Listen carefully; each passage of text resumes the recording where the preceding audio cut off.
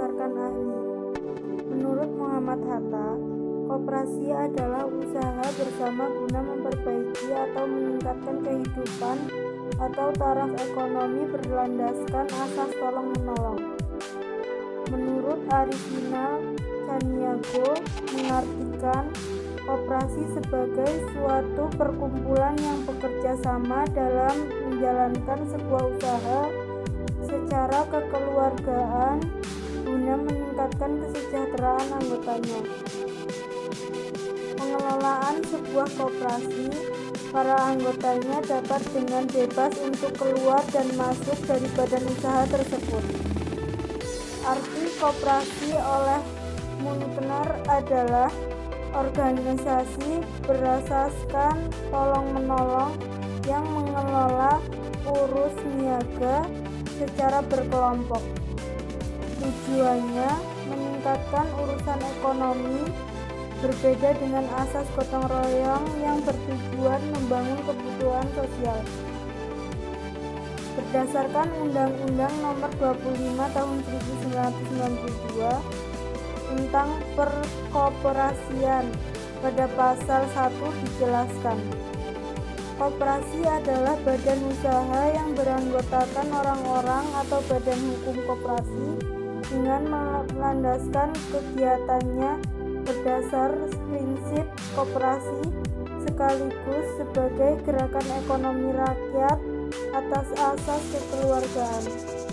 Sedangkan perkoperasian adalah segala sesuatu yang menyangkut kehidupan koperasi. Tujuan pendirian koperasi. Berdasarkan pengertian koperasi secara umum dan para ahli, pembentukan koperasi bertujuan untuk meningkatkan kesejahteraan ekonomi dari para anggotanya. Tujuan lainnya yaitu yang pertama, membantu memperbaiki taraf hidup maupun ekonomi para anggotanya serta masyarakat sekitar. Yang kedua, membantu pemerintah mewujudkan kehidupan masyarakat yang adil dan makmur. Dan yang ketiga, meningkatkan tatanan perekonomian di Indonesia. Di pasal 4 Undang-Undang Nomor 25 Tahun 1992 menyebut 4 fungsi dan peran koperasi, yaitu 1. Membangun dan mengembangkan potensi dan kemampuan ekonomi anggota pada khususnya dan masyarakat pada umumnya untuk meningkatkan kesejahteraan ekonomi dan sosialnya. 2. Berperan serta secara aktif dalam upaya mempertinggi kualitas kehidupan manusia dan masyarakat. Yang 3. Memperkokoh perekonomian rakyat sebagai dasar kekuatan dan ketahanan perekonomian nasional dengan koperasi sebagai soko gurunya. Dan yang keempat, berusaha untuk mewujudkan dan mengembangkan perekonomian nasional yang merupakan usaha bersama berdasarkan atas asas kekeluargaan dan demokrasi ekonomi. Dalam Undang-Undang Nomor 25 Tahun 1992, koperasi dapat berbentuk koperasi primer dan sekunder. Yang pertama adalah koperasi primer. Koperasi primer adalah koperasi yang didirikan oleh dan beranggotakan orang seorang. Yang kedua adalah koperasi sekunder. Koperasi sekunder adalah koperasi yang didirikan oleh dan beranggotakan koperasi.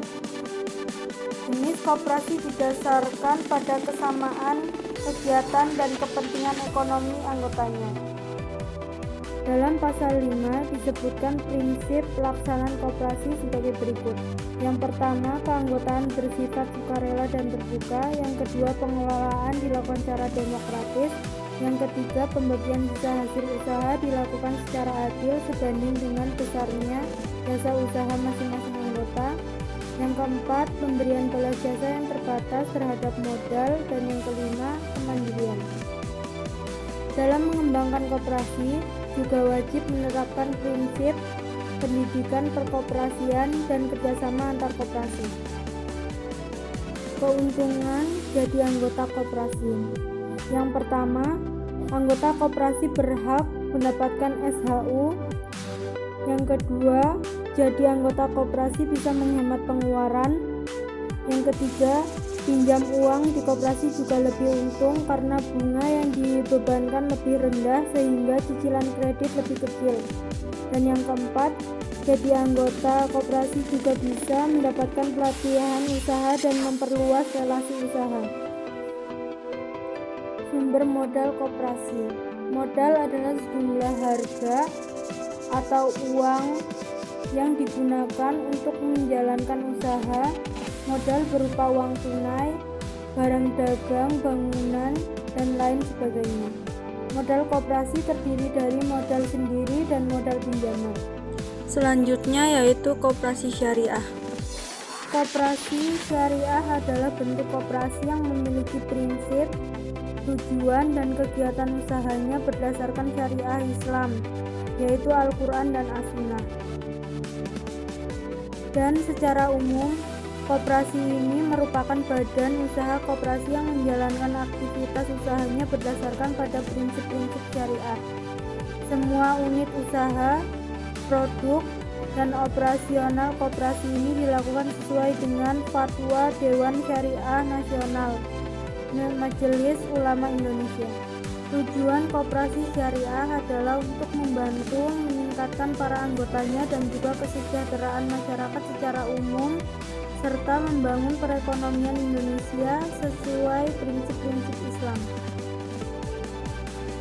Nilai-nilai koperasi syariah yaitu sidik, istiqomah, tablik, amanah, fatonah, riayah, dan mas'uliyah. Koperasi memiliki landasan tertentu dalam melakukan kegiatan usahanya, yaitu berlandaskan syariah Islam, yaitu Al-Quran dan As-Sunnah, secara tolong-menolong, ta'awun, dan saling menguatkan takaful. Berlandaskan Pancasila dan Undang-Undang Dasar 1945, dan berlandaskan asas kekeluargaan dan kepentingan bersama. BMT atau bisa disebut dengan Baitul Mal wa Tamwil atau Balai Usaha Mandiri Terpadu adalah lembaga keuangan mikro yang dioperasikan berdasarkan prinsip pembagian keuntungan, menumbuhkan bisnis usaha mikro dan kecil dalam rangka meningkatkan derajat dan martabat serta membela kepentingan kaum miskin. Tujuan dari BMT adalah untuk mewujudkan kehidupan keluarga dan masyarakat di sekitar BMT yang aman, damai, dan sejahtera. BMT didasarkan pada Pancasila dan Undang-Undang 45 dan didasarkan pada prinsip-prinsip syariah Islam, iman, integrasi atau kafah, kekerabatan atau kerjasama, kebersamaan, kemandirian, dan profesionalisme. Dalam menjalankan bisnisnya, BMT berpegang pada prinsip-prinsip utama, yaitu iman dan pengabdian kepada Allah Subhanahu wa Ta'ala, integritas, kekerabatan, kebersamaan, kemandirian, profesionalisme, dan istiqomah. Fungsi dan peranan BMT. Yang pertama, identifikasi, mobilisasi, atur, dorong, dan kembangkan potensi dan potensi ekonomi dari anggota, kelompok muamalat, serta wilayah kerjanya. Yang kedua, meningkatkan kualitas anggota sumber daya insani menjadi lebih profesional dan islami sehingga mereka lebih utuh dan tangguh dalam menghadapi persaingan global.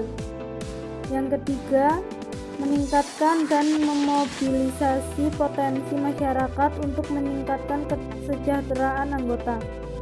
Dan yang keempat, menjadi perantara keuangan antara aghniyah sebagai sohibul mal dan duafa sebagai mudarib, terutama untuk dana sosial seperti zakat, infak, sedekah, dana abadi, dan hibah.